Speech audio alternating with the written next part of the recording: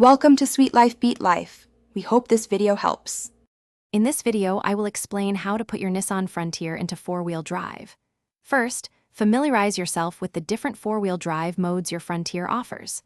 Before engaging, make sure your vehicle is either completely stopped or moving at a very slow speed. Then, locate the four-wheel drive selector switch or lever, typically found on your dashboard or center console. This initial step is crucial for a smooth transition. For situations like light off-roading, gravel roads, or slippery conditions, you'll want to use 4-high mode.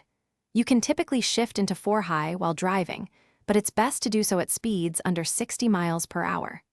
This mode provides improved traction and stability without significantly limiting your speed.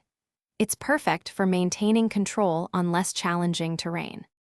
When facing more challenging terrain, such as steep hills, deep mud, or when pulling heavy loads, 4-low mode is your best option.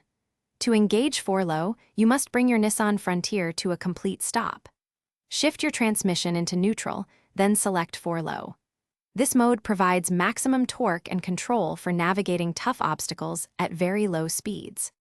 Remember, never use 4-wheel drive on dry, paved surfaces, as this can cause serious damage to your drivetrain.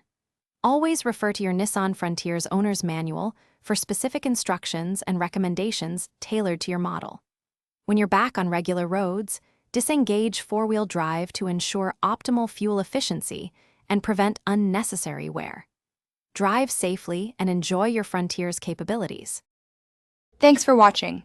Consider subscribing if we helped you.